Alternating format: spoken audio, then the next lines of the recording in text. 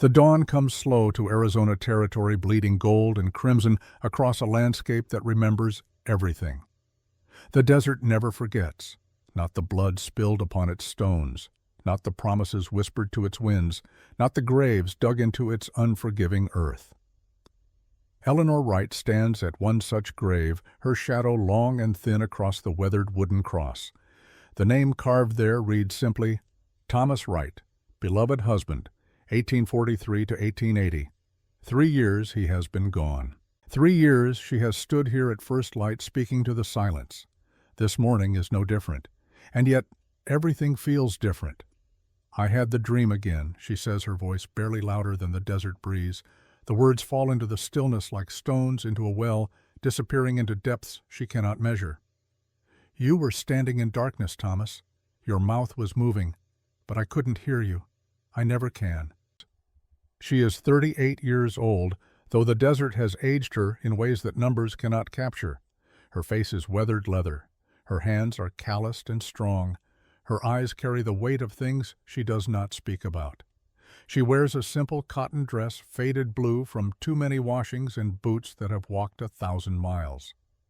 Her dark hair, threaded with silver, is pulled back severe and practical. Around her neck hangs a wedding band on a thin silver chain, not her own.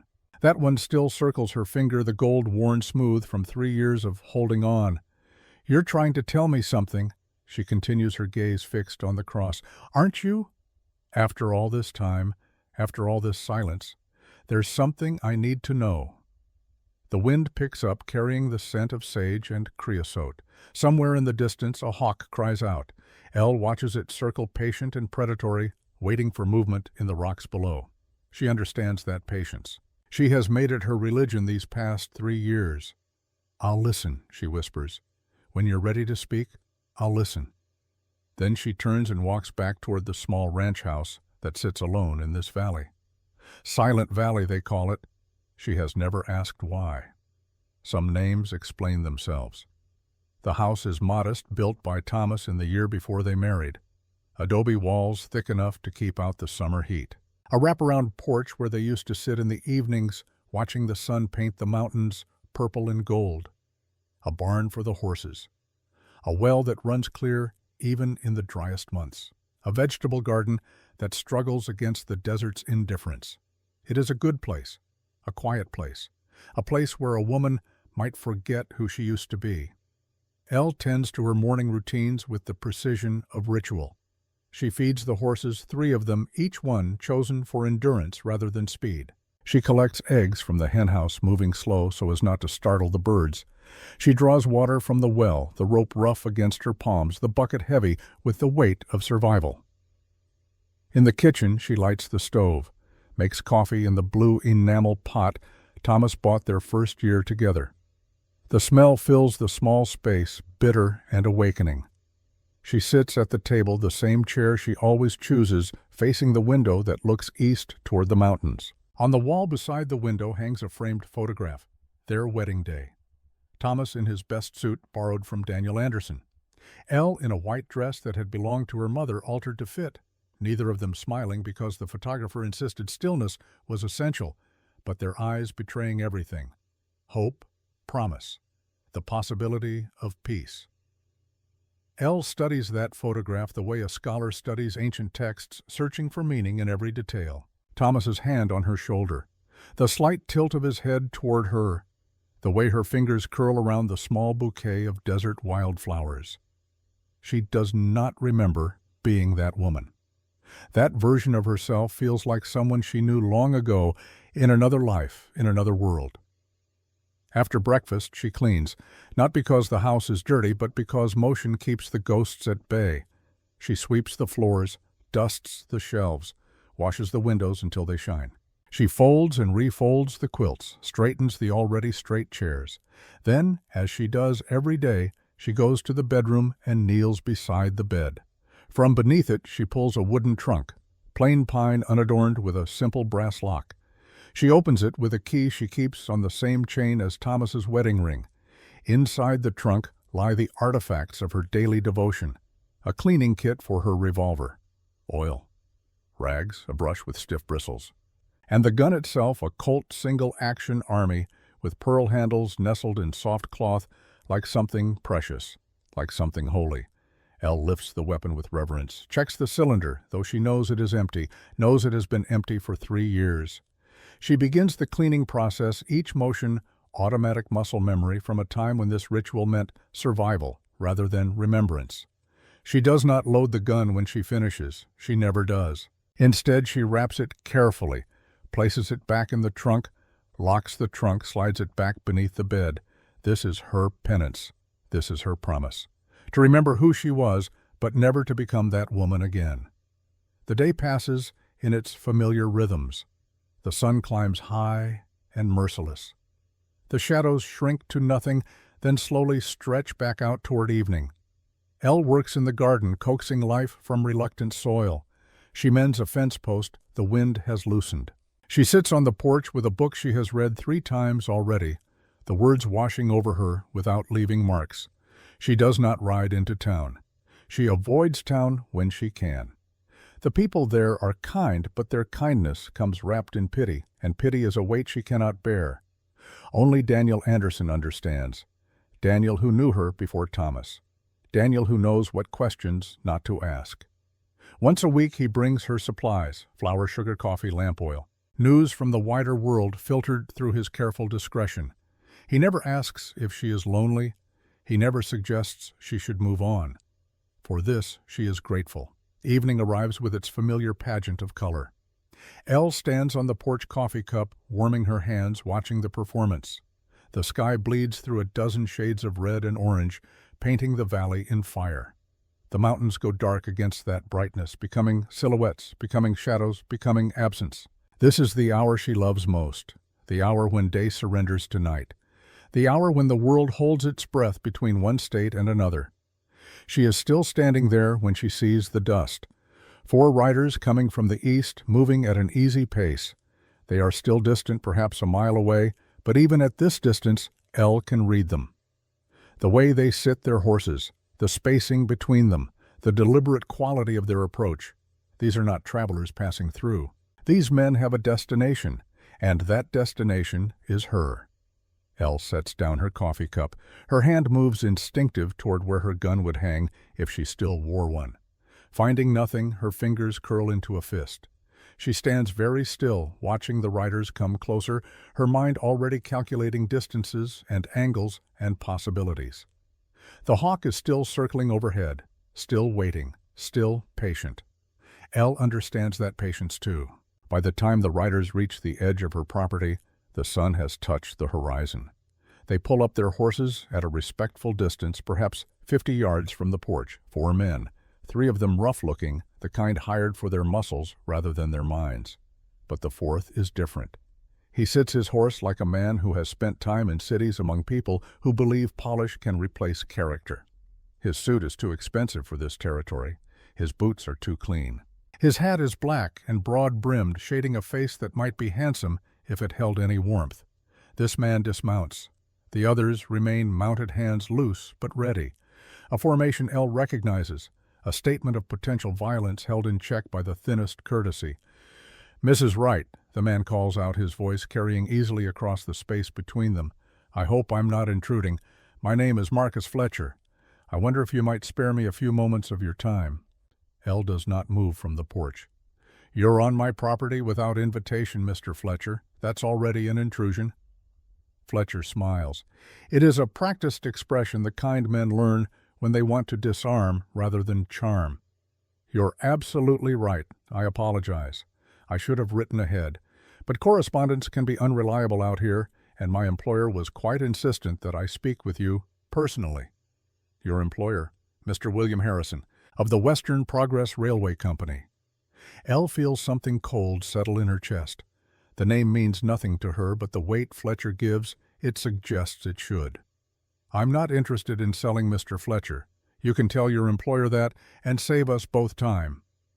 "Please," Fletcher says, holding up one hand in a gesture of peace. "At least hear what we're offering. Mr. Harrison is prepared to be extremely generous, more than generous. The railroad is coming through this territory, Mrs. Wright. Progress cannot be stopped, but it can be made comfortable for everyone involved." The railroad. Elle's voice is flat. Through Silent Valley. Along the eastern ridge, actually. Your property would be ideal for a depot station. Mr. Harrison is prepared to offer you $5,000. That's more than this land is worth by any reasonable measure. You could relocate anywhere you wished. Start fresh. $5,000. It is more money than Elle has ever imagined having, more than Thomas earned in 10 years as a surveyor. For a moment she allows herself to picture it, a small house in California near the ocean, far from the desert and its memories, far from the grave she visits every morning, but only for a moment. My husband is buried here, she says. I'm not leaving him. Fletcher's expression shifts just slightly. The smile remains, but something behind it hardens. I understand sentiment, Mrs. Right, truly I do. But the dead don't need us to stand guard over them. Your husband would want you to live, wouldn't he? To move forward. You didn't know my husband, Mr. Fletcher. Don't presume to speak for him.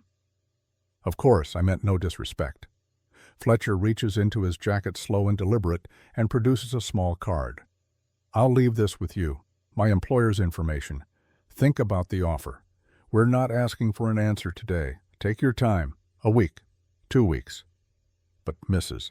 Right, I should mention that Mr. Harrison specifically asked about you. This catches Elle's attention, though she keeps her face still.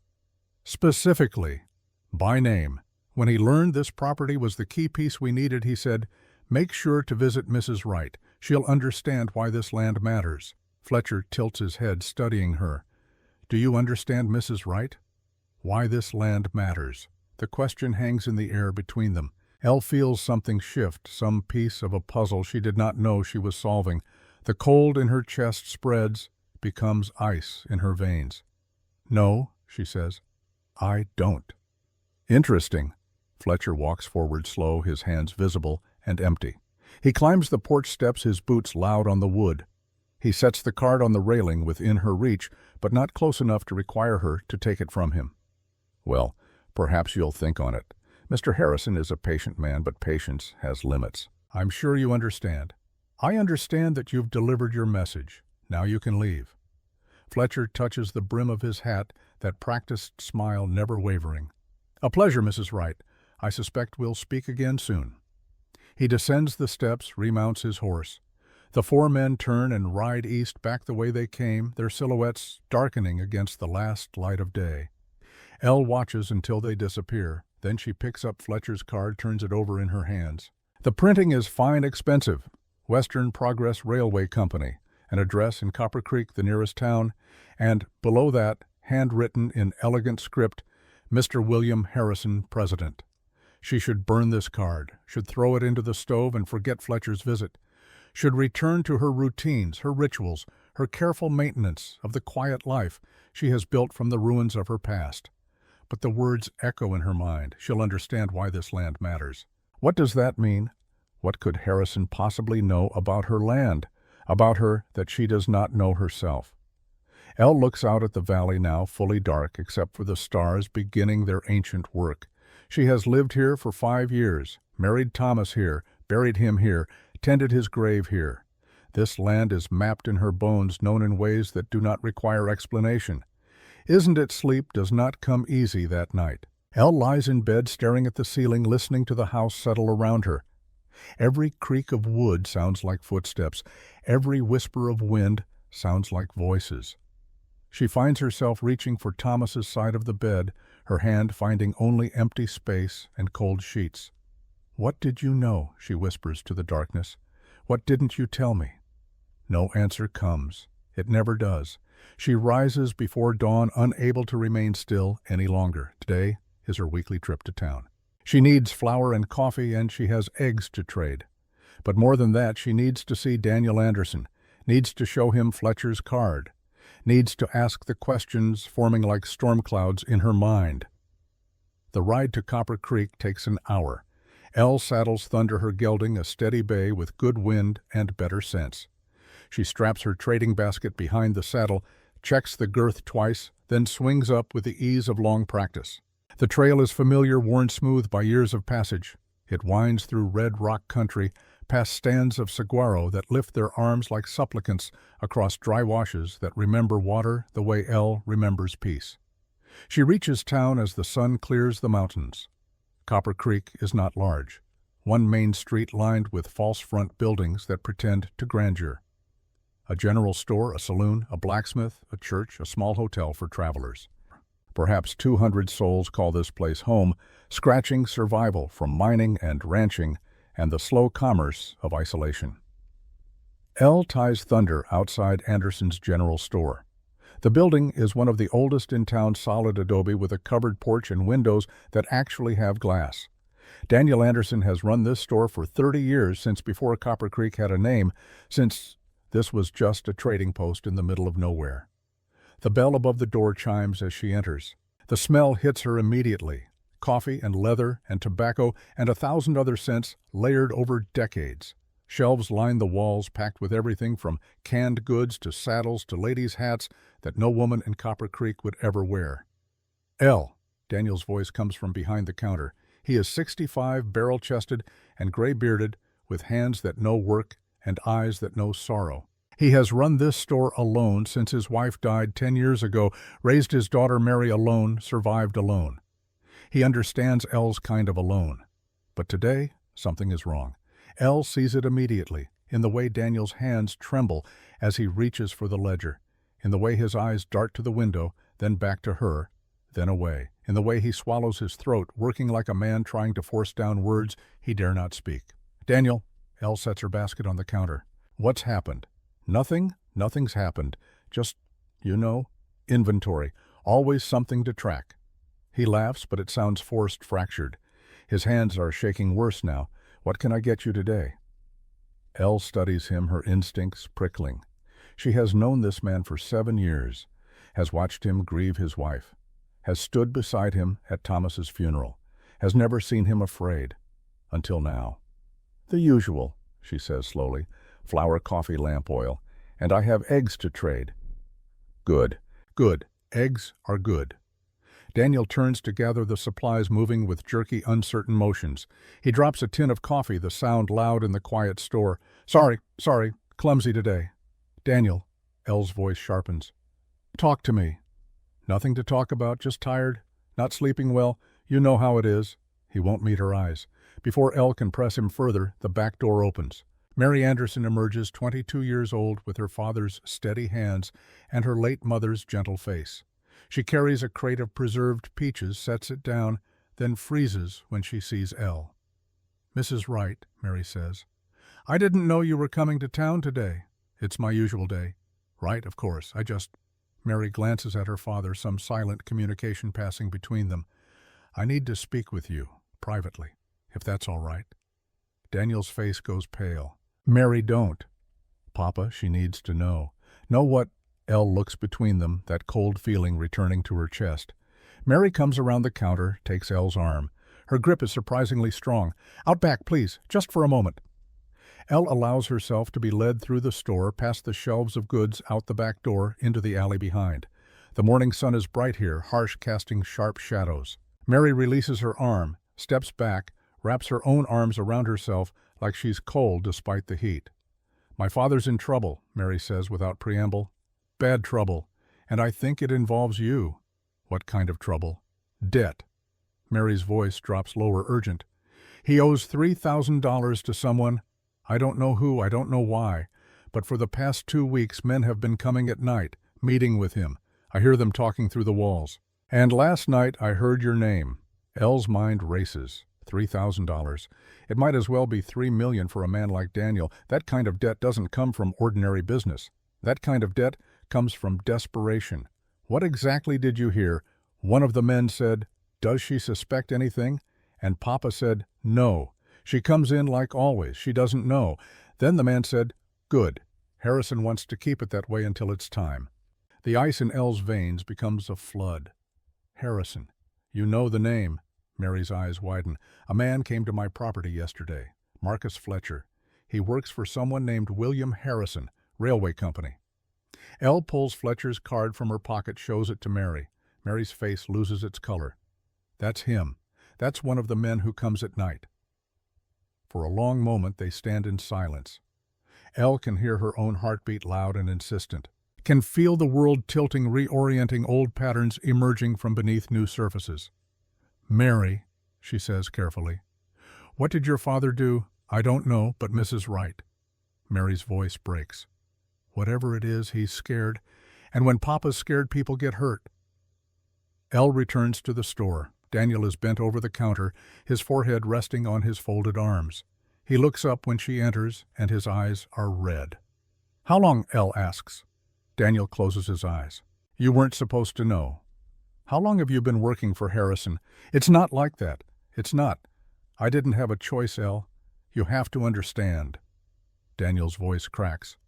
"When Benjamin got sick, when he was dying, I needed money for the doctor, the medicines. I borrowed from everywhere, everyone. But it wasn't enough. So when Harrison's men came, when they offered to cover everything to pay all the debts, I thought it was a miracle. Benjamin, Daniel's son, dead 3 years now, same year as Thomas." Elle remembers Daniel's grief, how it mirrored her own, remembers thinking they were united in loss. But she didn't know about the debt, didn't know Daniel had sold himself to pay it. What did they want in return? Information. Daniel won't look at her, just information. About the people in town, who owned what land, who might sell, who might resist, small things. I told myself it was harmless, just business intelligence. And me? Elle's voice is very quiet. "What information about me?" Daniel shakes his head. "Your routines, when you came to town, whether you had visitors, whether you talked about Thomas." He finally meets her eyes. "Whether you seemed likely to sell." The betrayal burns, but Elle pushes it aside. Emotions are luxuries. What matters now are facts. "Why does Harrison care about my land specifically?" "I don't know, I swear, Elle, I don't know. He never said, just kept asking about you." "About Thomas. About whether you knew anything about the surveys Thomas did before he died." "Surveys," Elle's breath catches. "What surveys?" "Thomas was a surveyor. He did work all over the territory. I assumed you knew." "I knew he surveyed, but what specific surveys?" Daniel hesitates, and in that hesitation, Elle sees knowledge he has been keeping. "About 6 months before he died, Thomas came to me, asked to borrow my mining maps. The old ones from when the silver strikes happened 20 years ago. Said he was checking something, comparing geological features. He seemed excited.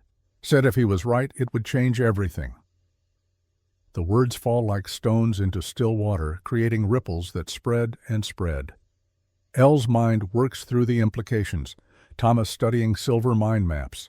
Thomas surveying Silent Valley. Thomas dying suddenly. Thomas writing something with his last strength.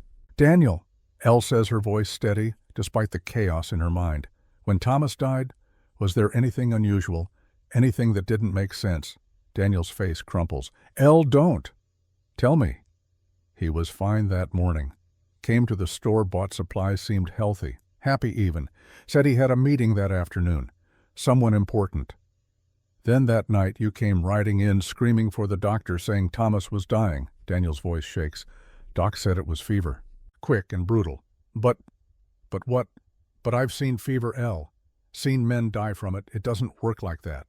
Doesn't come on so fast. Doesn't." He stops, swallows. "Doesn't make men try to write messages with their last breaths." The world stops. "What did you say?" "Before he died, Thomas tried to write something. His hand was shaking too badly, but he managed 3 letters. I saw them. The doc saw them. We never told you because we thought it would make the grief worse." Elle's voice is barely a whisper. "What letters?" CH knows. The silence that follows is absolute. Elle can hear nothing. Not the wind outside, not the creak of the building, not her own breathing. There is only the roar of blood in her ears and the feeling of the earth opening beneath her feet. CH knows. Catherine Harrison. Cat. The name explodes in Elle's mind, bringing with it a flood of memories she has spent 8 years trying to bury. Catherine Harrison, who called herself Cat. Catherine Harrison, who Elle met when Cat was 19 and Elle was 30. Catherine Harrison, who became the closest friend Elle had ever known. Catherine Harrison, who died in a fire 8 years ago, who died screaming, who died with her unborn child, who died while Elle was too far away to save her. Except now William Harrison wants Elle's land, wants it specifically, knows she will understand why it matters, and Thomas with his dying breath wrote CH, knows. Elle, Daniel's voice seems to come from very far away. Are you all right? She is not all right. She will never be all right again, but she forces herself to focus, to breathe, to think through the shock. The paper, she says. The one Thomas wrote on. Do you still have it? I saved it, didn't know why. Couldn't throw it away. It's in my desk upstairs, but Elle, what does it mean? Who is CH? Elle doesn't answer. She is already moving toward the stairs that lead to Daniel's living quarters above the store. The paper is exactly where Daniel said it would be, tucked into the back of his desk drawer, folded small and careful. Elle's hands shake as she unfolds it. The handwriting is barely legible, written by a hand that was losing its strength, its control, its time. But the letters are clear enough. CH knows. And below that, one more word Elle didn't expect. One word that changes everything. Poisoned. The word seems to pulse on the page. Elle stares at it until her vision blurs, until the letters become abstract shapes, meaningless symbols. Thomas was poisoned. Thomas was murdered. And somehow, impossibly, Catherine Harrison knows. Elle folds the paper carefully, tucks it into her pocket beside Fletcher's card. When she descends the stairs, Daniel is waiting, his face lined with guilt and fear. I'm sorry, he says. God, Elle, I'm so sorry. I should have told you 3 years ago, should have done something, but I was scared and selfish, and I thought if I just kept quiet, kept my head down, it would all blow over. That's what cowards do, isn't it? We tell ourselves our silence protects people, but it only protects us. Elle looks at him. This man who was Thomas's friend, who became her friend, who has just confessed to being a spy in her life for 3 years. She should be angry, should rage at him, should never speak to him again. But she has lived with grief long enough to recognize its cousin. Guilt is just grief turned inward, eating the person from inside. Daniel, she says quietly, did Thomas suffer? The question breaks something in him. He sinks into a chair, his face in his hands. Yes, God help me, yes, it was horrible. The pain, the way he thrashed, the way he tried to speak and couldn't. I've never seen anyone die like that, never want to again. Elle nods. This is what she needed to know, not for revenge, not yet, but because she has spent 3 years visiting a grave, speaking to a ghost, trying to make peace with loss. And all that time she has been talking to a murder victim. All that time she has been mourning the wrong kind of death. Thank you, she says, for telling me, for saving this. What are you going to do? I don't know yet. It is the truth. Elle's mind is spinning pieces, falling into place and breaking apart in equal measure. But Daniel, you need to tell me everything. Every conversation with Harrison's men, every question they asked, every instruction they gave you, all of it. They'll kill me if they find out I talked. They'll kill you anyway, Elle says flatly. Men like Harrison don't leave loose ends. You know things. You've seen things. The moment you stop being useful, you become a liability. Daniel's face confirms he has thought the same thing, has probably thought it every night for 3 years, lying awake wondering when the debt will finally be called due. There's more, he says finally, something I haven't told anyone, not even Mary. Tell me. The Murphy family. Last month their barn burned. Everyone said it was an accident, lightning strike. But there was no storm that night, Elle. No lightning. And the next day the Murphys sold their land to Harrison for pennies on the dollar, moved east, disappeared. And you think Harrison burned them out? I think Harrison wanted their land, and when they wouldn't sell, he made them sell. Daniel looks up at her, his eyes haunted. Elle, he's done this before, in other territories. I heard the men talking. He comes in with his railway plans, makes generous offers, and if people refuse, things happen. Accidents, fires. Sometimes people just disappear. And the law does nothing. Harrison owns the law, owns the judges, owns the politicians. He has money and connections that reach all the way to Washington. Daniel's voice drops to a whisper. That's why I'm telling you this. Because I'm afraid. Afraid for Mary. Afraid for everyone in this town. And most of all, I'm afraid that whatever Thomas discovered, whatever he knew, it was big enough that Harrison had him killed for it. Elle stands very still, absorbing this. The scope of what she is facing becomes clear. This is not a simple dispute over land. This is systematic, organized, protected. This is a man who believes he can do anything, take anything, kill anyone. "Daniel," she says, "I need to go home, need to think, but I want you to do something for me. Anything. Keep your eyes open. Keep your ears open. And if Harrison's men come back, if they ask about me, tell them I'm thinking about selling. Tell them I seem worn down, beaten. Tell them whatever they want to hear. You're going to make them think they're winning. I'm going to make them underestimate me," Elle corrects. "It's the only advantage I have." She leaves the store, her basket of supplies forgotten. The ride back to Silent Valley passes in a blur. Elle's mind is far away, sifting through memories, through conversations, through the 3 years since Thomas died. Elle returns to the store, her basket of supplies forgotten. The ride back to Silent Valley passes in a blur. Elle's mind is far away, sifting through memories, through conversations, through the 3 years since Thomas died, and through the list of people who owe her favors, people who would ride if she called, people who remember when Shadow Hand Sarah meant justice, looking for the truth she should have seen all along. By the time she reaches home, the sun has climbed to its zenith. The valley shimmers with heat. Elle dismounts, tends to thunder, but her movements are automatic. Her thoughts are 8 years in the past. Catherine Harrison. Cat. Who believed in poetry and possibility. Who got pregnant by a man who refused to claim the child. Who was disowned by her family, cast out, left with nothing. Who Elle promised to protect. Elle had been a U.S. Marshal then, one of the few women to earn that badge. Her territory had been Montana, a land of cold and violence and men who believed women should stay silent and subservient. She had proven them wrong with every arrest, every capture, every moment she refused to bend. And Kat had been a witness, a young woman who saw a murder, who agreed to testify, who needed protection while the case went to trial. They had become friends during those weeks, more than friends. Sisters in all but blood. Kat had asked questions about Elle's life, her choices, her solitude. Elle had shared things she never shared. Her childhood, her father's death, her own impossibility of marriage and children when she carried a badge and a gun. And Kat had said one evening as they sat watching the Montana stars, "I wish I were brave like you. I wish I could just be myself and not care what anyone thought."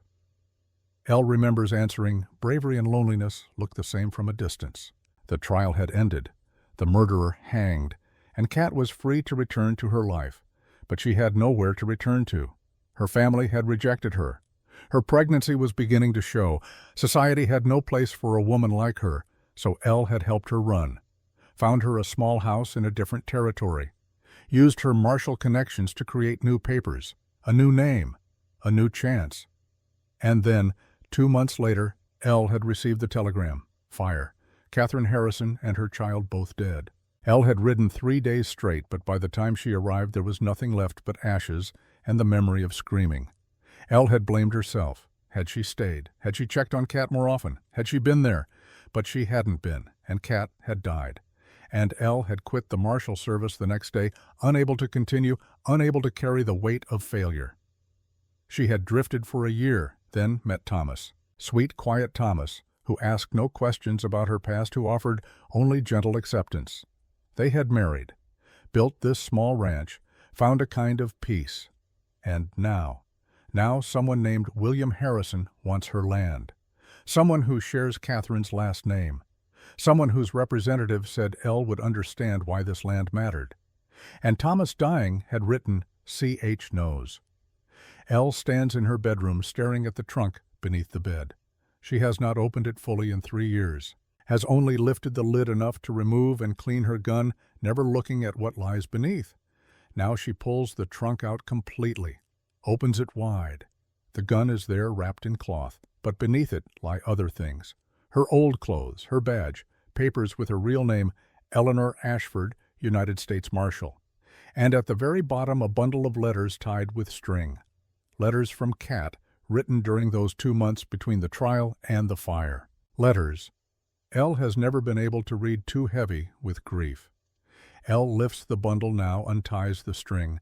The paper is yellowed, but intact. Her hands shake as she opens the first letter. "Dear Ellie," it begins. Elle's throat tightens. Kat had called her Ellie. No one else ever had. "I know you told me not to write, that it was safer if I stayed invisible, but I had to tell you. The baby moved today. Really moved, like a little fish swimming. I put my hand on my stomach and felt it, and I thought of you, and how you saved us both, and I'm not afraid anymore." Elle closes her eyes, forces herself to keep reading. The letters continue in the same vein. Updates about the pregnancy, small observations about the town where Kat was hiding, gratitude, hope. And in the last letter, dated 3 days before the fire, "Ellie, something wonderful happened. I met someone. A man who doesn't care about my past, who wants to help me with the baby. His name is William. He says he's wealthy, that he can give us a good life. I'm going to tell him the truth tonight. About everything. I think he'll understand. I think he might love me. Wish me luck, dear friend. Maybe I've finally found my safe harbor. Always Kat." Elle reads the letter 3 times, then carefully folds it, returns it to the bundle, ties the string. Then she stands, walks to the window, looks out at the valley, at Thomas's grave in the distance. And she begins to understand. William Harrison met Kat. Kat told him about her past, about Elle, about the baby, and somehow that led to the fire. That led to Kat's supposed death. But Thomas wrote C.H. knows. Catherine Harrison knows. Which means Kat didn't die. Which means she's been alive all these years, and Elle never knew. Never looked. Accepted the story of her death because Elle had been too broken to question it. The sun is setting again, another day ending, another night beginning. Elle stands at the window watching light fade from the valley and feels the weight of 3 years of grief transform into something harder, colder, more dangerous. She walks to the bedroom, pulls out the trunk again, reaches past the letters and the badge to the bottom. Her fingers find what she's looking for. A leather coat, worn and dark, with her initials sewn into the inner lining in thread that once was white but has yellowed with age. E.A. Eleanor Ashford. The silent marshal they had called her, not because she was quiet though she was, but because men rarely heard her coming until her gun was already drawn, until the choice was surrender or die. She had been good at her work, too good maybe, had made enemies, made people afraid, made herself into something that couldn't quite fit in the ordinary world. So she had given it up, had become Elle Wright, had tried to be normal. But normal is a lie, she realizes now. Normal is just the mask we wear while waiting for the truth to find us. Elle puts on the coat. It still fits. She straps on her gun belt, the weight familiar, despite 3 years of absence. Loads the Colt with steady hands. 6 bullets. She's never needed more. Then she sits on the edge of the bed in the darkness of her bedroom and waits for morning. She does not sleep. Does not need to. She has spent 3 years sleeping while her husband's murderer walked free, while her closest friend lived somewhere, somehow knowing truths Elle needed to hear. She has been asleep long enough. When dawn comes, Elle is already moving. She saddles Thunder, fills her saddlebags with provisions, straps her rifle to the saddle, checks her gun one final time. Then she rides east toward Copper Creek, toward Harrison, toward answers she has waited 3 years too long to find. The valley holds its secrets, some darker than others. The graves dug into its unforgiving earth. But the desert also knows this. The dead don't always stay buried. Sometimes they rise. Sometimes they remember. Sometimes they come back to settle accounts written in blood and silence. Eleanor Ashford is writing again, and Silent Valley is about to learn why silence, when finally broken, sounds like thunder. The ride to Harrison Estate takes 3 days. Elle does not hurry. Hurrying is for people who fear losing their chance. Elle knows her chance will wait. Some debts are patient. They understand that payment, when it finally comes, is worth the waiting. She camps at night beneath stars that remember when this land belonged to no one and everyone. Builds small fires that leave no smoke trail by morning. Eats dried meat and hardtack. Drinks water from her canteen sparingly. These are skills from another life, muscle memory from the woman she used to be. Eleanor Ashford, the silent marshal. On the second night, sitting by the fire's dying embers, Elle allows herself to remember. Not the sanitized memories she has permitted herself these past 3 years, but the raw ones, the true ones. She was 28 when she earned her badge, young for a marshal, especially a woman. But she had something the men didn't. She could wait, could watch, could read a situation not with her eyes, but with something deeper, some instinct for violence that let her see it coming before it arrived.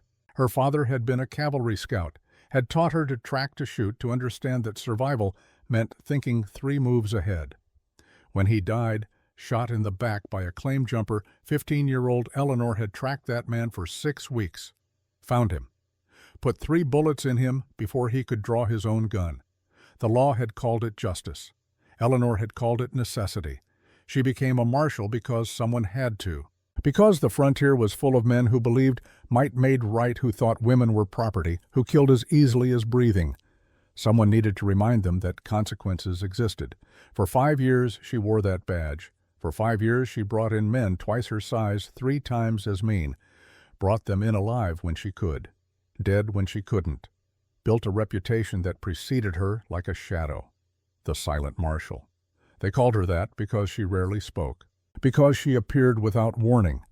Because by the time you heard her gun, you were already dead or in chains. And then Catherine Harrison entered her life. Elle stares into the fire, seeing Kat's face in the flames.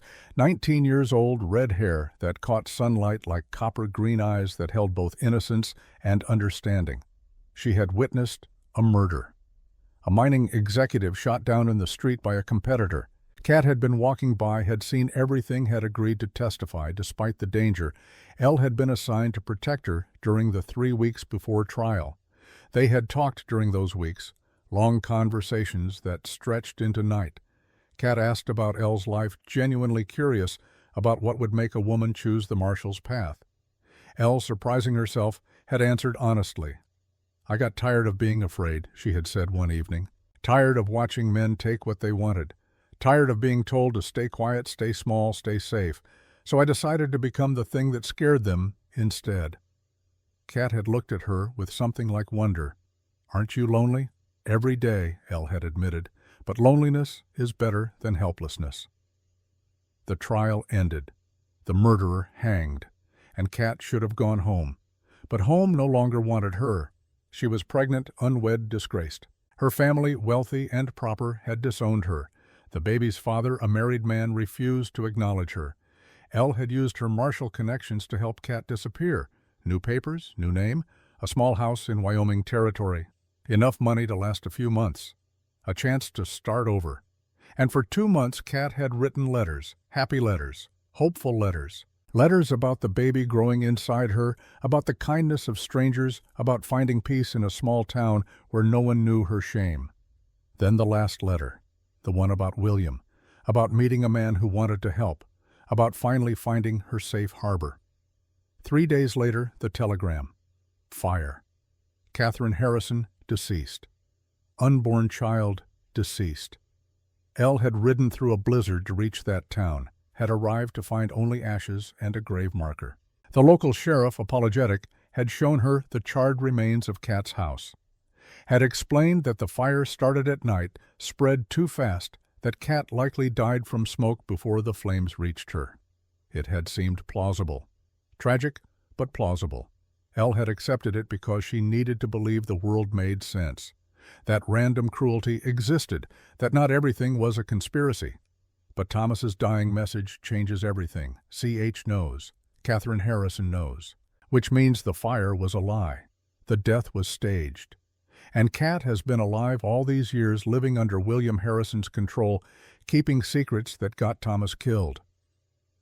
The question that burns in Elle's mind, did Kat choose this, or was she forced?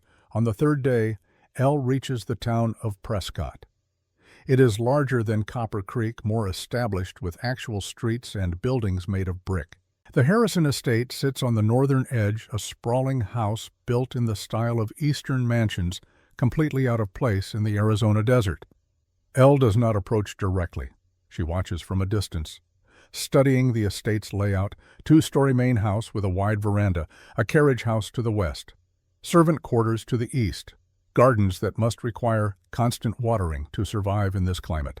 High walls surrounding the property topped with decorative ironwork that serves as much for display as security. She counts 6 men patrolling, all armed, all moving with military precision. These are not ranch hands or casual guards. These are professionals. Elle waits until evening, waits for the moment when light fails and shadows grow long. Then she approaches the estate not through the front gate but through the gardens on the eastern side. The wall is 8 feet high. Elle scales it with the ease of practice, dropping silently into a bed of roses. The thorns catch at her coat, but she ignores them, moving between hedges and ornamental trees, using darkness as cover. She reaches the house without encountering a guard. The servant's entrance is locked, but locks are just puzzles. Elle learned to pick them at 16, taught by a safe cracker she once arrested, who respected her enough to share his trade. Inside the house is quiet. Elle moves through corridors lit by gas lamps, turned low, past rooms filled with furniture, too expensive for this territory. Everything about this house screams wealth, power, the kind of money that buys silence and cooperation. She finds the study on the first-floor door slightly ajar. Inside she can hear voices, 2 people speaking in low tones. Elle positions herself beside the door, listening. "He sent Fletcher back to the right property." A man's voice, cultured, controlled. "William Harrison," Elle assumes. With more men this time. If she refuses again, Fletcher has instructions to be more persuasive. "You said you wouldn't hurt her." A woman's voice. And Elle's heart stops because she knows that voice. Has heard it in her dreams for 8 years. Catherine Harrison. Cat is alive. "I said I would avoid hurting her if possible," William corrects, "but my patience has limits. That land is crucial. The silver deposit runs directly beneath her valley. Without access, the entire operation is compromised. Silver. So Daniel was right. This isn't about the railroad at all. It's about what lies beneath the ground." "You promised," Kat says, and there is desperation in her voice. "You promised if I cooperated, if I did everything you asked, you would leave Ellie alone." Ellie. The name pierces through Elle like a blade. Kat hasn't forgotten. After 8 years, she still remembers. "And I've kept that promise for 3 years, William replies. "Since her husband's unfortunate death. But circumstances change. She's the obstacle now. Either she moves or she's moved." Silence. Then Kat speaks again, her voice shaking. "You killed Thomas because of the survey, because he found the silver, and now you want to kill Ellie too. This has to stop. I won't let you." "You won't let me." William's laugh is cold. "My dear Catherine, you seem to have forgotten your position. I own you. I've owned you since that night 8 years ago. Everything you have, everything you are exists because I allow it, including Lily." "Don't." Kat's voice breaks. "Don't you dare threaten her." "It's not a threat. It's a reminder. You have a daughter who believes she's happy here, who thinks her Uncle Will loves her, who has no idea her mother is little more than a prisoner. Would you like her to learn the truth? Would you like her to know what you did to survive, what you continue to do?" The silence that follows is heavy. Elle can picture Kat's face, can imagine the war between rage and fear playing out behind her eyes. "I'll cooperate," Kat finally says. "I always do, but please, leave Ellie alone. She's grieved enough. She's suffered enough. Just take the land. Pay her whatever she asks. Let her leave in peace." "Unfortunately, it's too late for that," William says. Fletcher reported something interesting after his visit. He said Mrs. Wright looked at him the way hunters look at prey. Said there was something in her eyes that didn't match the story of a simple widow. "I did some investigating. Called in favors." And imagine my surprise when I discovered that Eleanor Wright used to be Eleanor Ashford, the silent marshal, the same woman who helped you disappear 8 years ago. Elle hears Kat's sharp intake of breath. "You didn't know I knew that, did you?" William continues. "I've always known who she was, known where she was. I allowed her to live in peace because she was no threat. A retired marshal who wanted nothing but quiet, but now she's asking questions. And Daniel Anderson is weak. He'll break. He'll tell her everything. which means Eleanor Ashford is about to become Eleanor Ashford again, and I can't have that. What are you going to do? Kat whispers. What I always do. Remove obstacles. Elle has heard enough. She pushes open the door and steps into the study. Both occupants turn shock, freezing them in place. William Harrison stands behind a massive oak desk. He is 42, tall and lean, with dark hair graying at the temples. Handsome in a cold way like a knife is handsome. He wears an expensive suit, Eastern cut, and holds a glass of whiskey in one hand. Catherine Harrison stands near the window, and Elle's breath catches because Kat hasn't changed, not really. Still the same red hair, though darker now. Still the same green eyes, though haunted where they used to be bright. 27 years old, but the lines around her mouth and eyes speak of suffering that has nothing to do with age. She wears a dress of deep blue silk jewelry at her throat and wrists. She looks like a woman who has everything and nothing. Their eyes meet. For a long moment, neither speaks. The room holds its breath. Then Kat whispers, "Ellie." Elle's voice is steady. "Hello, Kat." Kat's face crumples. She takes a step forward, then stops, looking between Elle and William. Tears stream down her face. "You can't be here. You have to leave. It's not safe." "It hasn't been safe for 3 years," Elle replies. "Since you let me believe you were dead, since you let Thomas die without warning me, since you chose him over everything we were to each other." "I didn't choose," Kat's voice breaks. "I never chose. Ellie, you have to understand the fire. That night, he planned it all. I thought I was meeting him to talk about helping me, about giving the baby a good life. But he took me, locked me away, told everyone I died. And by the time I understood what he'd done, by the time I could think clearly, Lily was born, and he said if I ever tried to leave, if I ever contacted anyone, he would kill her." Elle looks at William. He has set down his whiskey glass and is watching them both with the detached interest of a scientist observing an experiment. "Is this true?" Elle asks him. "True is such a flexible word," William replies. "Let's say instead that I offered Catherine a choice. She could try to survive as an unwed mother in a society that despises such women. Or she could accept my protection in exchange for her cooperation. She chose wisely." "I had no choice," Kat says. "No money, no family, no hope. And then Lily came and she was perfect and innocent, and I thought I could bear anything to keep her safe." Elle feels something crack inside her chest. The anger she has carried for 8 years. The grief that became her constant companion, all of it suddenly complicated by understanding. Kat didn't choose to disappear. Kat was disappeared. And yet, "You could have found a way to warn me," Elle says quietly, "when you learned about Thomas. When William ordered his death, you could have tried." "I did try." Kat's voice is desperate. "I sent him a letter, anonymous, told him to be careful of William, to not meet with him alone, to make sure people knew where he was. But Thomas, he was like you, too brave, too sure of himself. He went to that meeting alone, and he drank the poisoned wine, and by the time I knew it was too late." "You sent a warning," Elle repeats, trying to process this. "Thomas got a warning and went anyway. He thought he could negotiate. Thought he could convince William to develop the silver mine properly, share the profits with the territory. He didn't understand that William doesn't negotiate. William takes." William claps slowly, the sound sharp in the quiet room. This is quite touching. Two old friends reunited, but I'm afraid it doesn't change anything. "You've broken into my home, Marshal Ashford. I have every right to have you arrested. Or shot." "You could try," Elle says. Her hand rests casually near her gun, not threatening, just ready. "But you're wondering now if you're fast enough, if your guards are close enough, if the risk is worth taking. I'm wondering," William corrects, "if you're stupid enough to shoot me in my own house with a dozen witnesses who will swear I was unarmed and you murdered me in cold blood." He has a point. Elle can feel the trap closing. She came here for answers, got them, and now stands in the middle of enemy territory with no clear way out. Then Kat moves, stepping between Elle and William. "I'll go with her." "Excuse me," William's composure cracks slightly. "I'll go with Ellie. I'll leave.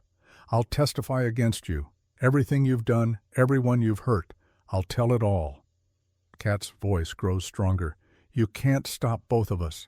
And if you hurt either of us, people will ask questions. The law will investigate. Your careful plans will unravel. And Lily, William asks softly, you'll just abandon her. Kat flinches like she's been struck. Lily, no, I can't. I won't.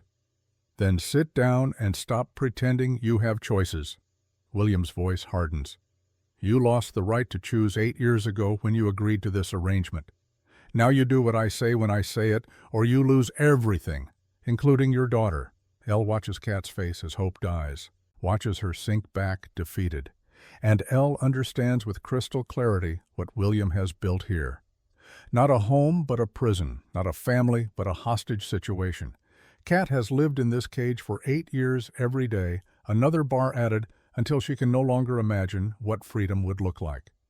Where is Lily? Elle asks. Kat looks up, surprised. What? Your daughter? Where is she now?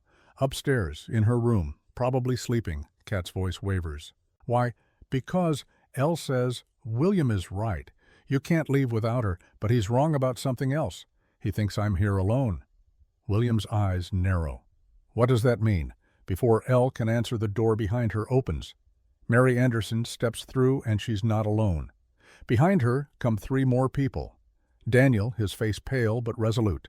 Sheriff Hendricks from Copper Creek, his badge catching lamplight. And a man Elle doesn't know, tall and weathered, wearing a federal marshal's badge. Marshal Benjamin Wade, the stranger introduces himself.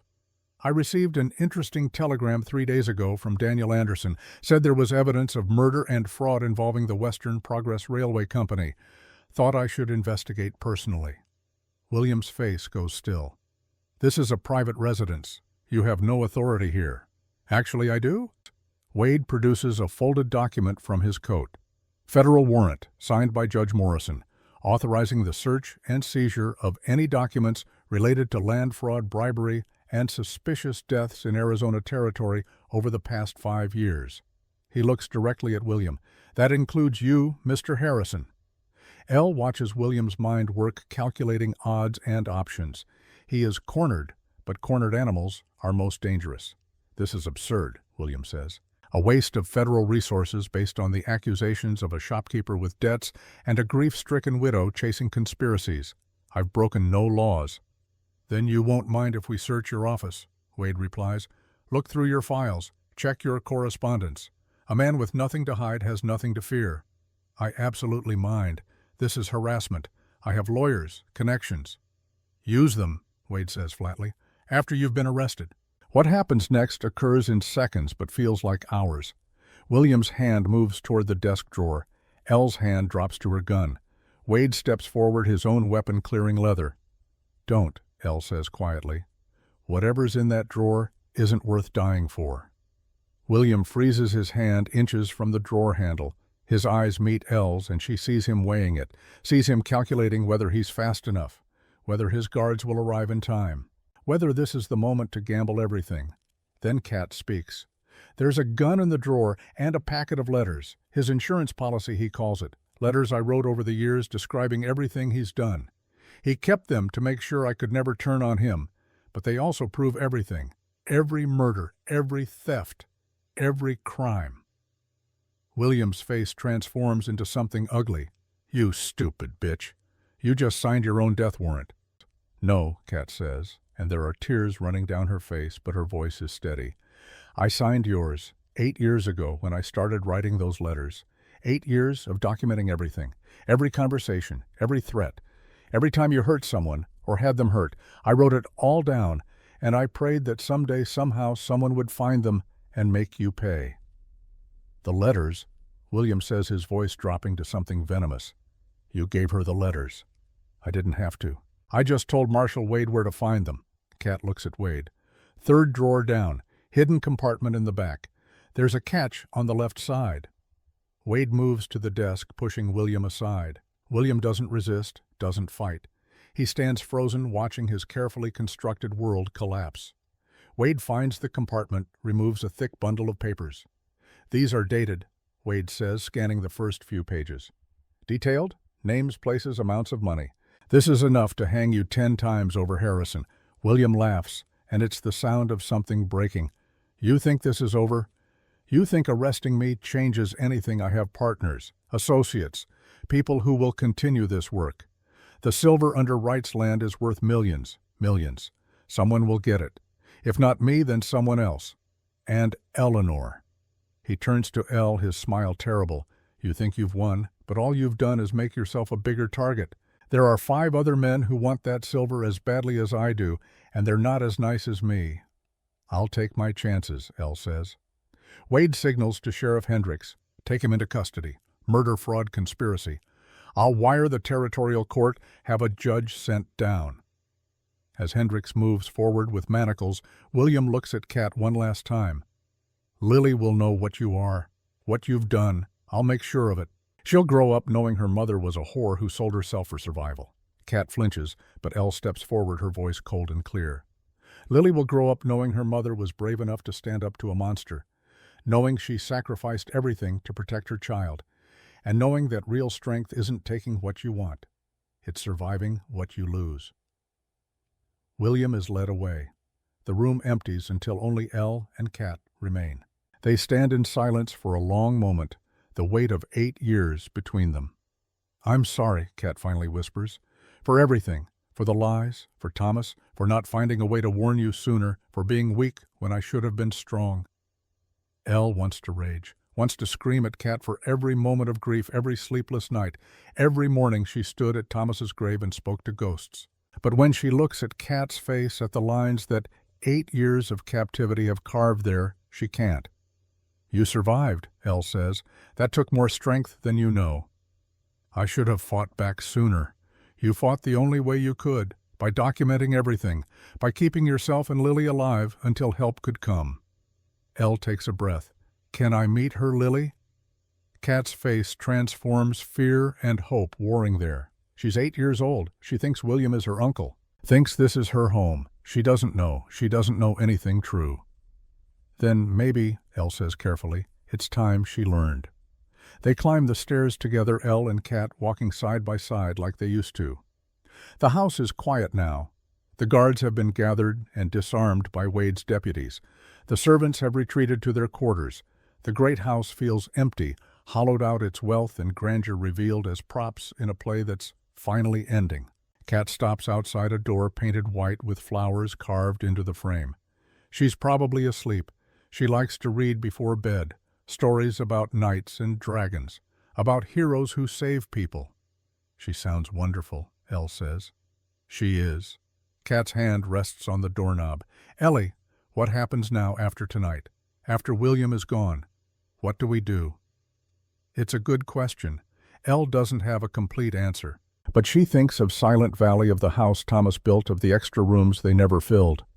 She thinks of all the years she's lived alone, talking to graves, holding on to grief, like it was the only thing keeping her upright. We figure it out, she says. Together. Kat nods, wipes her eyes, and opens the door. The room beyond is painted soft yellow, filled with the kind of furniture children dream about. A canopy bed with white curtains, shelves lined with books, a rocking horse in the corner. And in the bed beneath a patchwork quilt, a small figure with red hair spread across the pillow. Lily Harrison, 8 years old, breathing deep and even in sleep. Elle and Kat stand in the doorway watching her, and Elle feels something she hasn't felt in 3 years. Hope. Not the desperate, clinging hope that keeps you moving through grief, but real hope, the kind that believes tomorrow might be better than today. She looks like you, Elle whispers. She has his temper, Kat replies. Stubborn, fierce, asks too many questions. Good, Elle says. The world needs more women who ask questions. They stand there for another moment. Then Kat closes the door softly, and they return downstairs. Marshal Wade is waiting in the hall, his expression grave. We found more than letters, he says. Account books, property deeds, correspondence with other railroad magnates across the Western Territories. Harrison was part of something bigger, a consortium of wealthy men working together to control land rights, water rights, mining rights, everything. How many men? Elle asks. At least a dozen, maybe more, all of them with the same goal. Buy up the frontier cheap, extract the wealth, leave when there's nothing left. Wade shakes his head. This is going to be a long investigation. Months, maybe years. And those men aren't going to just surrender. They'll fight. They'll use every legal trick and political connection they have. Let them fight, Elle says. As long as they're fighting in courts and not burning people out of their homes. Wade studies her. I heard about you. The silent marshal. Thought you'd be taller. Elle almost smiles. I get that a lot. We could use someone like you. Federal law needs people who understand the frontier, who know how to fight these kinds of battles. I'm retired, Elle says. Are you, though? Wade glances at Kat. Because it looks to me like you just came out of retirement to save a friend, and from what I see, you're pretty good at it. Elle doesn't answer. She's not sure what she wants anymore. 3 days ago she wanted only peace, wanted only to tend her garden and visit Thomas's grave and live quietly until death came for her. But 3 days ago she didn't know Thomas was murdered, didn't know Kat was alive, didn't know that silence and peace can be prisons as secure as any cell. I need to think, she finally says. Wade nods. Fair enough. When you're done thinking, you know where to find me. The night wears on. Eventually, Wade and his deputies leave, taking William Harrison with them in chains. Sheriff Hendricks returns to Copper Creek. Daniel and Mary depart as well, though Daniel stops to shake Elle's hand. Thank you, he says, for giving me a chance to do one good thing, after everything. You did more than one good thing, Elle tells him. You kept evidence. You called for help. You protected Mary. That's not nothing. When everyone is gone, Elle and Kat sit in the study in the same room where Elle overheard their conversation hours earlier. It feels like years have passed since then. What will you do? Elle asks. This house, William's money. It all becomes evidence now. You and Lily can't stay here. I know, Kat says. I never wanted to stay. This place is beautiful and terrible, and I've hated every day in it. She looks at Elle. Your offer, earlier, did you mean it about figuring it out together? Yes. Elle considers carefully. She's not good at this. Not good at people or attachment or anything that requires vulnerability. She spent 5 years as a marshal learning to trust no one, spent 3 years as a widow learning to need no one. But maybe she thinks maybe it's time to unlearn those lessons. Yes, she says, I meant it. There's room in Silent Valley for both of you, for as long as you need. Kat's eyes fill with tears again, but she's smiling. Lily will have questions, so many questions. Then we'll answer them, Elle says, as best we can. They sit in silence for a while longer. Then Kat speaks again, her voice soft. Ellie, in the letters, the ones Thomas received before he died, the warning I sent, there was something else I included, something I need to tell you. Elle waits. Thomas wasn't just investigating the silver deposit. He was looking into William's past, into the fire 8 years ago, into what happened to me. Kat takes a shaking breath. Thomas figured it out, that I wasn't dead, that William had me, and he was trying to find a way to free me when William killed him, Elle finishes. Yes, Kat's voice breaks. Thomas died trying to save me, and I've carried that guilt every day since, knowing that if I'd never existed, if you'd never met me, he'd still be alive, you'd still be happy. Everything would be different. Elle reaches across the space between them, takes Kat's hand. It's the first time they've touched in 8 years. Kat's fingers are cold, trembling. Listen to me, Elle says. Thomas died because William Harrison is a murderer, not because you exist, not because I loved you like a sister, not because Thomas wanted to do the right thing. The blame belongs to William. Only William. How do you forgive yourself? Kat whispers. For surviving when people you love didn't. Elle thinks of Thomas, of her father, of all the people she couldn't save over the years. You don't forgive yourself. You just keep going, keep trying to do better, keep protecting the people you still can. They sit holding hands in the quiet house as the night deepens around them. Upstairs, Lily sleeps unaware that her world has changed, that tomorrow she'll wake to truth instead of lies, that the uncle she trusted is gone, and the mother she thought she knew has an entire history she never suspected. It will be hard, Elle knows. The transition, the explanations, the slow work of building something real from the ruins of deception. But hard work is familiar. hard work Elle can do. The grandfather clock in the corner chimes midnight, a new day beginning. Kat looks up, notices the time, and starts to speak. Then they hear it. The sound of horses, many horses, coming fast. Elle is on her feet instantly, moving to the window. In the moonlight, she can see them, riders approaching the estate, at least a dozen. They're not attempting stealth. They ride straight up the main road, bold and purposeful. "Who are they?" Kat asks, fear creeping back into her voice. Elle doesn't answer. She's already moving toward the door, checking her gun, calculating odds and angles. But she knows with the instinct that kept her alive through 5 years of marshal work. These are the other members of the consortium, William's partners, the men who share his vision of owning the frontier. They've heard about his arrest, and they're coming to clean up loose ends. The riders pull up in front of the house. Their leader dismounts, a tall man wearing black from hat to boots. He looks up at the lit windows, seems to smile, though the distance makes it hard to be sure. Then he calls out, his voice carrying clearly through the night air, "Eleanor Ashford!" Or should I say, Eleanor Wright. "We need to have a conversation. About silver, about territory, about your continued survival." He pauses. "My name is Marcus Fletcher, but you knew that already. You met some of my men a few days ago. They were just the opening move." Beside Elle, Kat goes very still. "That's not possible. Fletcher works for William. Fletcher works for whoever pays," Elle says quietly. "And if I had to guess, the rest of the consortium pays better." Fletcher continues. "You have something we want, land access. And now that William is indisposed, well, we need to renegotiate our arrangement. So here's what's going to happen. You're going to come out.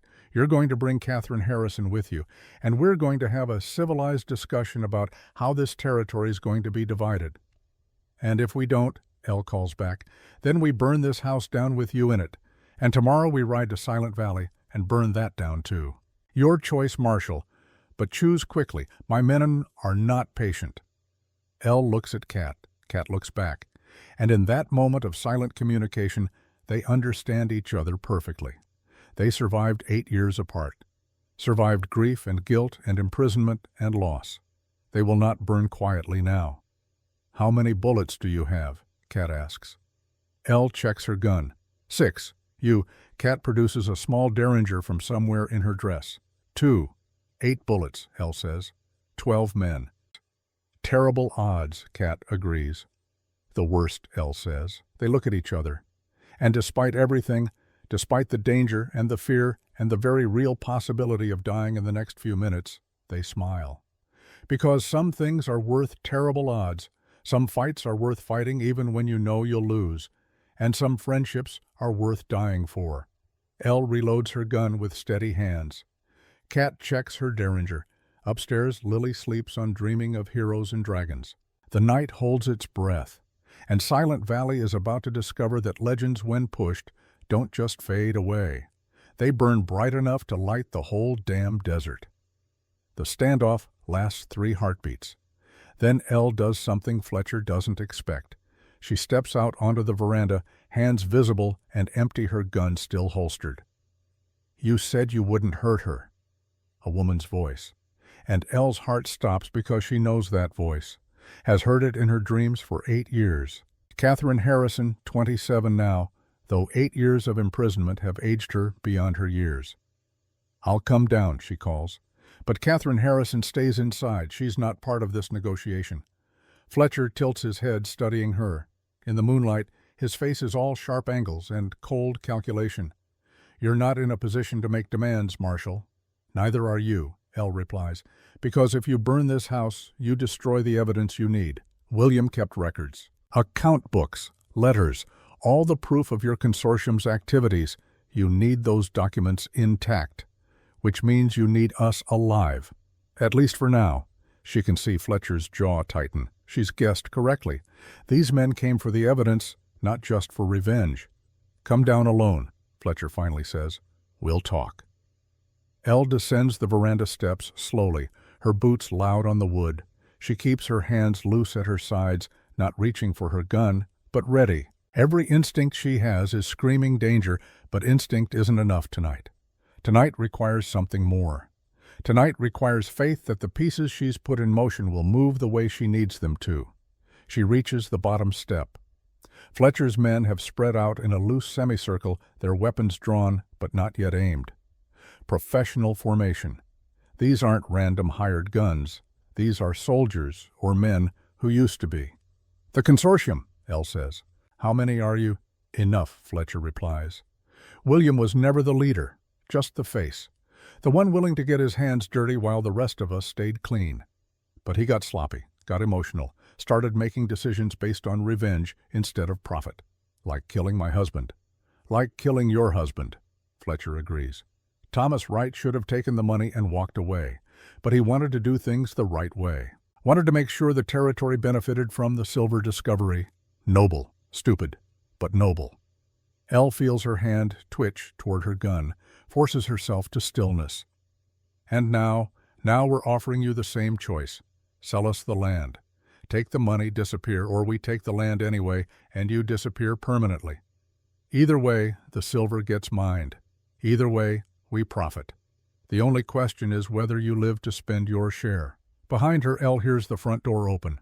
Kat emerges, and Elle wants to tell her to go back inside to stay with Lily to stay safe. But Kat moves down the steps until she's standing beside Elle, her small derringer visible in her hand. "She's not going anywhere alone," Kat says. "If you want to negotiate, you negotiate with both of us." Fletcher's smile is cold. "Catherine, I wondered if William had finally broken you. Apparently not." "You knew," Kat says, her voice shaking with rage. "All of you. You knew what William did to me, how he kept me prisoner, and you did nothing." "We did what was profitable," Fletcher corrects. "William's arrangement with you was distasteful but effective. It kept him focused, gave him something to lose if he stepped out of line. We saw no reason to interfere." Elle feels Kat trembling beside her, feels the weight of 8 years of captivity, of violation, of forced silence pressing down on her friend, and Elle understands something she should have seen sooner. This isn't just about land. This isn't just about silver. This is about men who believe they can own everything: land, resources, people, women like Kat who they can use and discard, women like Elle who they can threaten into submission, men like Fletcher who think power means never facing consequences. "You made a mistake coming here tonight," Elle says quietly. Fletcher laughs. "And did we? I count 12 of us and 2 of you. Even the legendary Silent Marshal can't beat those odds." "You're right," Elle agrees. "I can't, but you're forgetting something." "What's that?" "I'm not alone." The night erupts into motion. From the shadows around the estate figures emerge John Eagle Eye and a dozen of his warriors moving silent as smoke. Maria Herrera and her vaqueros' rifles raised and ready, and Marshal Wade with his federal deputies' badges gleaming in the moonlight. Fletcher's men spin, trying to cover all angles at once, but they're surrounded, outnumbered, caught in a trap they walked into, believing themselves the hunters. "You set this up," Fletcher says, and there's something like respect in his voice. "The whole thing. You wanted us to come here, wanted us to reveal ourselves." "I wanted you to make a choice," Elle replies. "The same choice you gave me. Surrender or die. Choose quickly. My friends are not patient." For a long moment, nothing moves. Fletcher's hand hovers near his gun. His men wait for his signal. The warriors and vaqueros and deputies hold their positions, fingers on triggers. Then a voice cuts through the tension. Young, confused, terrified. "Mama," everyone turns. At the top of the veranda stands Lily Harrison, 8 years old, wearing a white nightgown, her red hair loose around her shoulders. She's looking at Kat with wide eyes full of questions. "Mama, what's happening? Who are these men? Why do they have guns?" Kat's face goes pale. "Lily? Sweetheart, go back inside, please." But Lily doesn't move. She's staring at the scene below, at the armed men, at Kat and Elle standing together. And Elle can see the child's mind working, processing, understanding more than any 8-year-old should have to understand. "You're scared," Lily says to Kat. "You're always scared. I hear you crying at night. I hear you telling Uncle Will you'll do anything he wants if he just leaves me alone. I don't understand. I don't understand any of it." Kat makes a sound that's half sob, half gasp. She takes a step toward the house, toward her daughter, but Fletcher's voice stops her. "Don't move. Either of you." But Elle is already moving, not toward Fletcher or his men, toward the veranda, toward Lily. She climbs the steps slowly, her hands raised so the child can see them empty. "Lily," she says gently, "my name is Elle. I'm your mother's friend, a very old friend, and I know you're confused right now. I know you have questions. But I need you to do something very brave for me. Can you do that?" Lily nods, her eyes huge in her small face. "I need you to go back to your room, close the door, get under your bed and cover your ears. And no matter what you hear, don't come out until your mother comes to get you. Can you do that?" "But Mama needs help," Lily protests. "I can see she's scared. I want to help her." Elle kneels down so she's at eye level with the child. "You help her by staying safe. That's what mothers need most, to know their children are safe. So please, for your mama, go hide." Lily looks past Elle to where Kat stands below. Kat has tears streaming down her face, but she nods, trying to smile, trying to be brave for her daughter. "It's okay, baby," Kat calls up. "Do what Miss Elle says. I'll come get you soon, I promise." Lily hesitates one moment longer, then she turns and runs back into the house. They hear her footsteps on the stairs, the sound of her door closing. Elle stands, turns back to face Fletcher. "Now, where were we?" Fletcher's composure has cracked. The appearance of the child has reminded him that this isn't just a business transaction, that real lives are at stake, that some lines once crossed can never be uncrossed. "You're bluffing," he says, but his voice wavers. "Wade won't risk a gunfight with a child in the house. He's federal law. He has rules." "I don't," Elle says simply, "and neither do they." She gestures to the warriors surrounding them. "So I'll ask one more time. Surrender or die. But choose now." Fletcher's men are looking at him, waiting for orders. Elle can see the calculation in his eyes, can see him weighing profit against survival, can see the moment he realizes he's lost. "Stand down," he tells his men. "We're done here." The weapons lower. Marshal Wade and his deputies move in, collecting guns, applying manacles. Fletcher submits without resistance, his face empty of expression. But as they lead him toward the horses, he stops beside Elle, leans close, whispers so only she can hear. "This isn't over. The consortium is bigger than you know, richer, more powerful. We have senators, judges, men who will never see the inside of a jail. You won tonight. But the war is just beginning. Then we'll fight it," Elle replies. "One battle at a time, until men like you learn that some things can't be bought. Some people can't be owned. Some wars are worth fighting even if you lose." Fletcher is led away. His men follow a defeated line of shadows disappearing into the night. The warriors and vaqueros begin to disperse, their work done. Wade approaches Elle and Kat, his expression grim. "We got Fletcher, got his men, got enough testimony to start rolling up the consortium piece by piece. But he's right about one thing. This is going to be a long fight. Years, maybe. And they'll come after you. Both of you, witnesses who can testify to what Harrison did, what the consortium has been doing." "Let them come," Kat says. Her voice is steady now, stronger than Elle has heard it all night. "I've been silent for 8 years, complicit. I won't be either anymore." Wade nods. "I'll arrange protection, federal marshals, safe house if necessary." "No safe house," Elle interrupts. "We're going to Silent Valley. That's where we make our stand. Against an entire consortium of wealthy men. Against whoever comes," Elle says. "That land is mine. Thomas died for it. I'm not giving it up." Wade studies her for a long moment, then nods. "All right, I'll send deputies. But Marshal Ashford, be careful. You're good. Maybe the best I've seen. But you're not invincible." After Wade leaves, Elle and Kat stand alone on the veranda. The night is quiet again. The violence receded like a tide. Above them, the stars shine indifferent and eternal. "I should check on Lily," Kat says. "She must be terrified." "Wait." Elle catches her arm gently. "There's something you need to know. Something about Lily. About William." Kat's face goes still. "What about him? When I was listening outside the study earlier, before I came in, I heard William say something about Lily having his blood and the way he said it." "Kat, I need to ask, who is Lily's father?" Kat looks away. "I told you, a married man who refused to claim her. But you never said his name." Silence, long and heavy. Then Kat speaks, her voice barely audible. "It was William." The words fall like stones. Elle feels her blood turn to ice. What? That night 8 years ago, the governor's ball. I was 19. William was my stepbrother. Our parents had married when we were children, but we barely knew each other. He was older, always away at school or on business. But that night he was charming, attentive. That I'd been flirting, that I'd drunk too much and seduced him. And who would believe me, a 19-year-old girl against a respected businessman? His word against mine. So I ran, and when I realized I was pregnant, I ran further. Found you, thought I'd finally escaped. But he found you, Elle says. He always meant to. He let me think I was safe just long enough for the baby to be born. Then he staged the fire, took Lily and me, and he's kept us prisoner ever since. Kept me compliant by threatening Lily.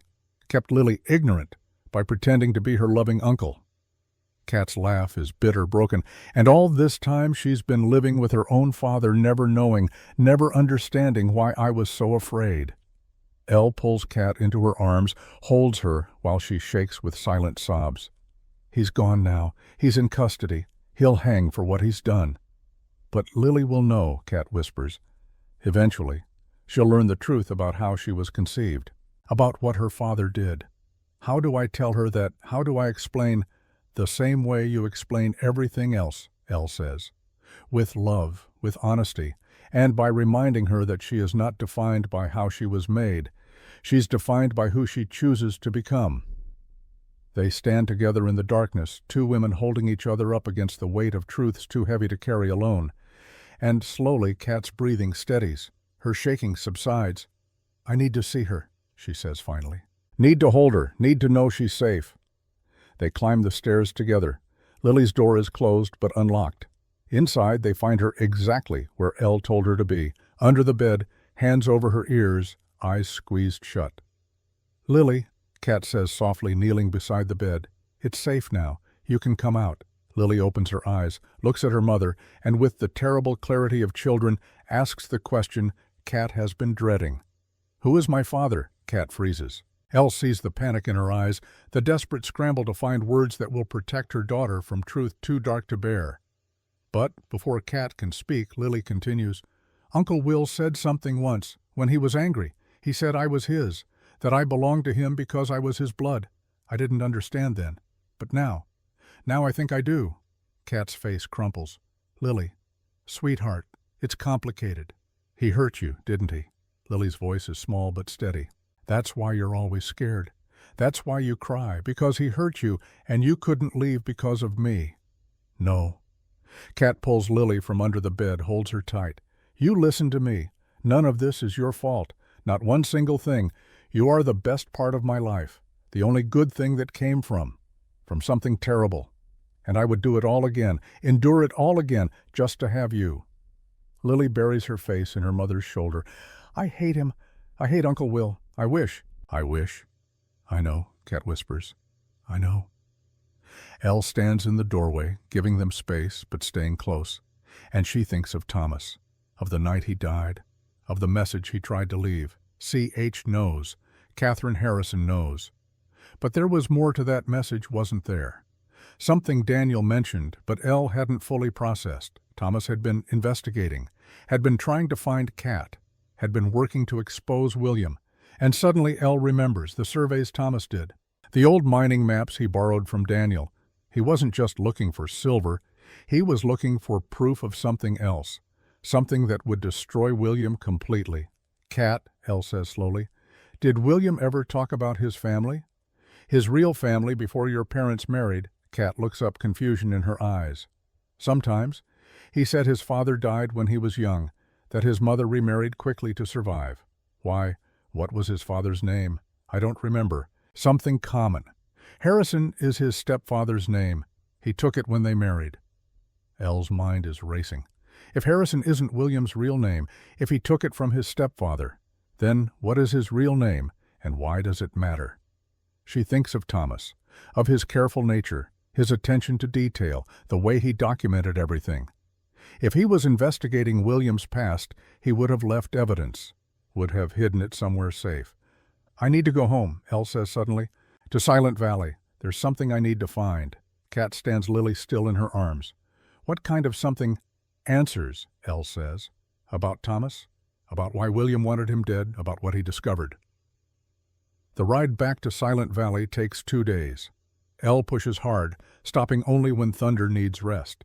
Kat and Lily follow in a wagon provided by Marshall Wade, moving slower but steady.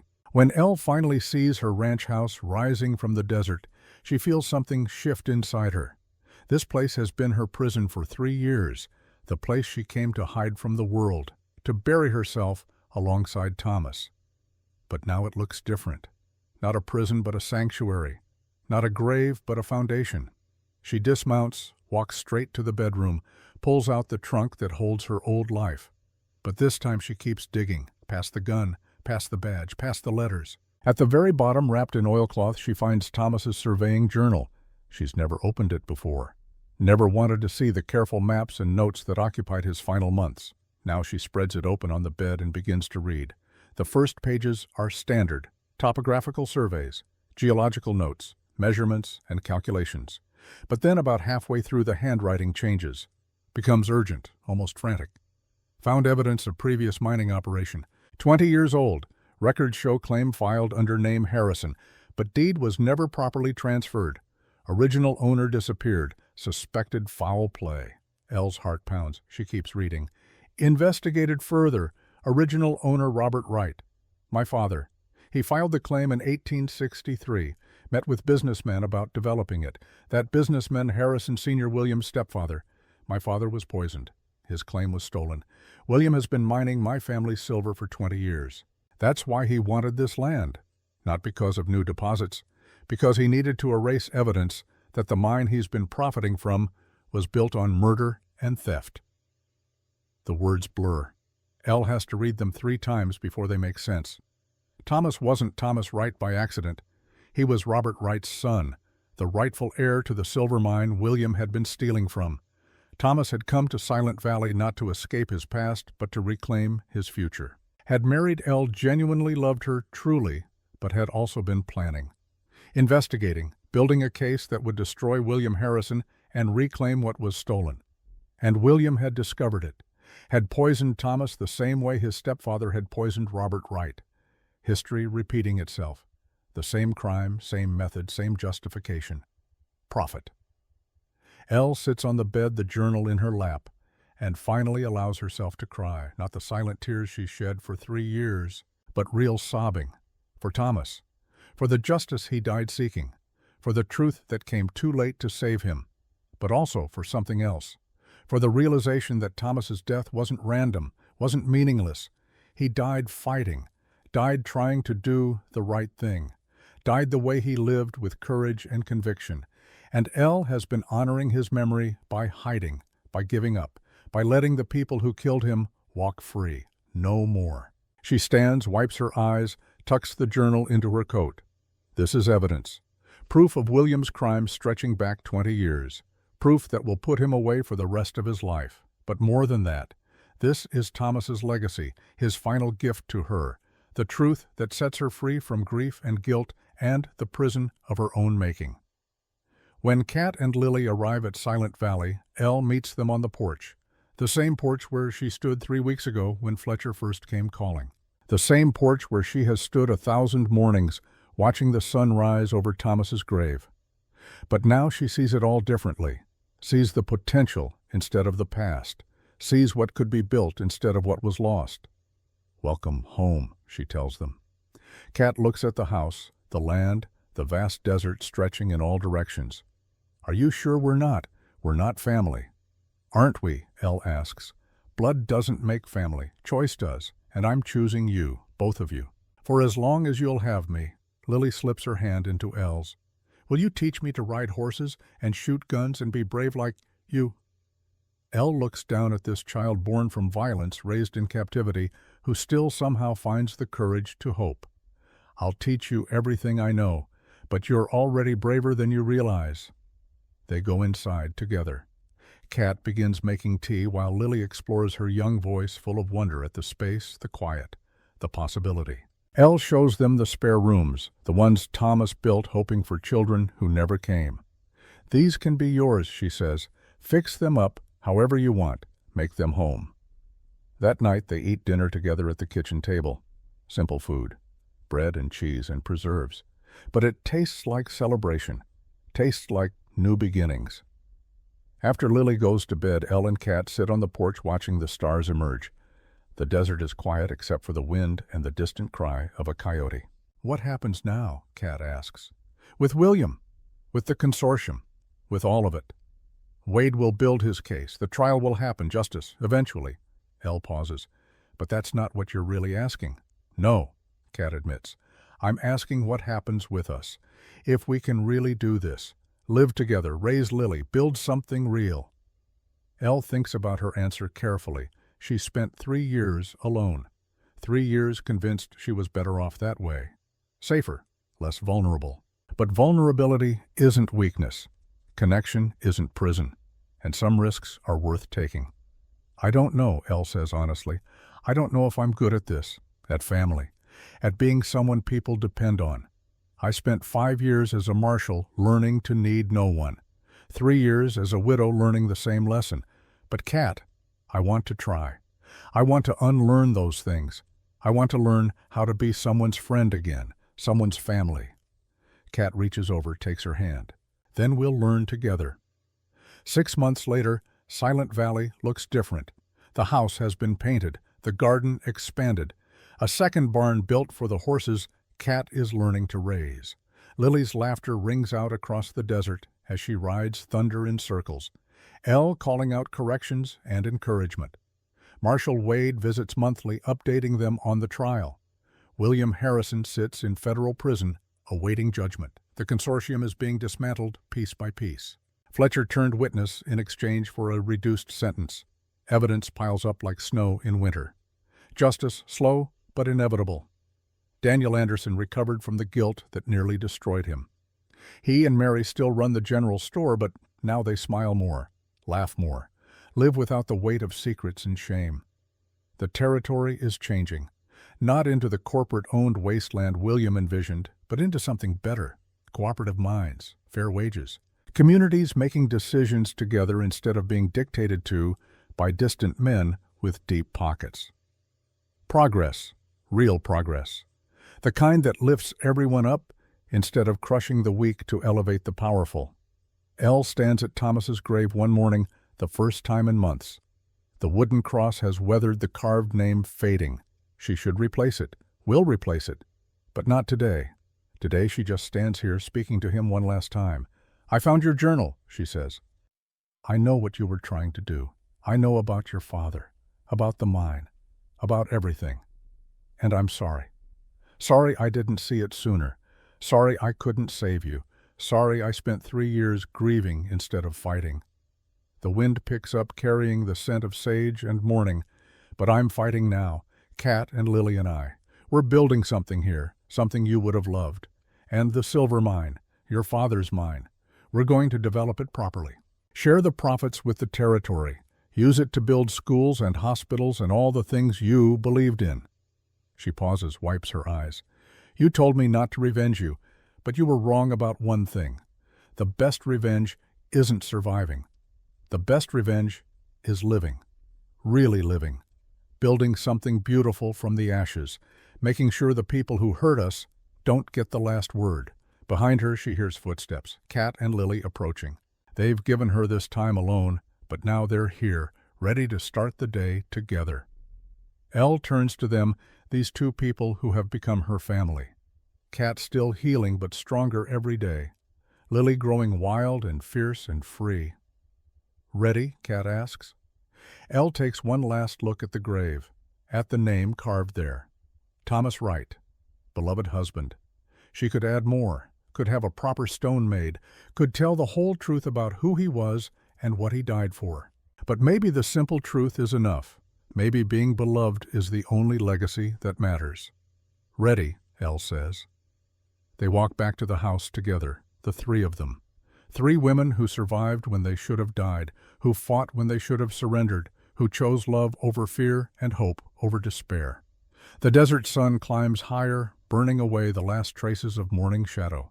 Silent Valley isn't silent anymore. It's filled with the sound of life, laughter, the ring of hammer on nail, as they build a better future. And on the porch, hanging from a chain, are 2 wedding rings melted together into a single pendant. One day, Elle will give this to Lily, will tell her the story of 2 people who loved fiercely and died bravely, who believed in justice even when justice failed them. But that day is far off. Today is for living, for teaching Lily how to gentle a horse, for helping Cat plant vegetables in soil that fights every green thing, for standing on her porch at sunset and watching the sky burn gold and red and purple, for being home. The frontier is changing, the old ways dying, the new ways not yet fully born. But in this valley, 3 women are writing a different story, one where survival isn't victory enough, where building is better than destroying, where family means the people you choose to stand beside when the world goes dark.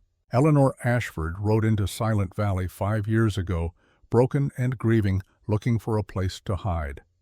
Elle Wright walked out of it 6 months ago, whole and fighting, ready to face whatever came next. And the woman who stands here now watching the sun set over her land is both and neither, is all the versions of herself she's ever been, integrated and whole. She is the marshal, the widow, the friend, the guardian.